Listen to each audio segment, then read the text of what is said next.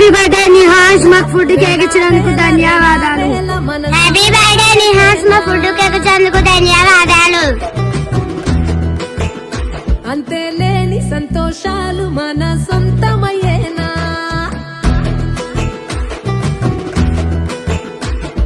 సిన్నోడా ఓ సిన్నోడా, చిన్న చిన్న మేడా, సిత్తరంగా చూపిస్తాది సంబరాల జాడా.